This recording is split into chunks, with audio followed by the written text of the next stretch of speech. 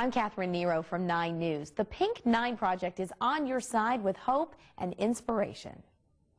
4 years ago, I was taking a shower and I was sudsing myself up, and I felt this little hard pimple on my chest. And I thought, you know, if it was a soft pimple, it might just be a pimple.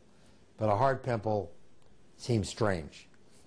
And fortunately for me, I'm a kind of person who, when I have a problem, rather than avoid it, I go to the doctor right away and say, tell me what this is. So I went to the doctor the next day, and he thought, probably just a cyst, don't worry about it, but I'll send you to a doctor friend of mine. He'll do a needle biopsy and find out if it's a problem.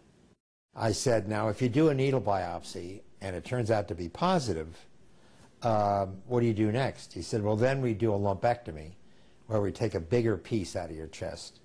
And that's more definitive to determine whether or not you have or have not breast cancer. So I said, well, skip the needle and let's just go right to the lump. You know, take a little bigger cut, but I'd rather find out for sure. And they came back 4 days later, and the second doctor came in, his female doctor. And when she walked in the room, I knew the news was bad. So she said, yes, you have breast cancer. And when you're told for the first time that you have cancer, and you hear the words, it's very tough to hear. And you kind of want to deny it, you know, because it's not really, can't be. But in my case, it was. Fortunately, because I came as early as I did, I had breast cancer stage 2.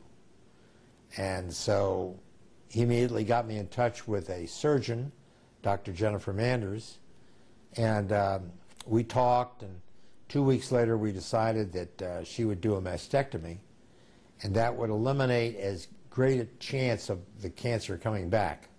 So 2 weeks later I went over to Christ Hospital, and she took off my breast. It took about 3 weeks to heal up. And then she suggested, if I wanted to go to the wellness community, which is a group here in town and nationally. They're changing their name to the Cancer Support Community. But go to a support group and join with other cancer survivors and talk about the disease, how you're handling it, how your family's handling it. And I did, and it was very worthwhile. I'm still in the group 4 years later. We get together twice a month and we talk about everything, kids, pills, doctors. Staying positive is very important for your attitude, for your body, and the support group helps you down that road.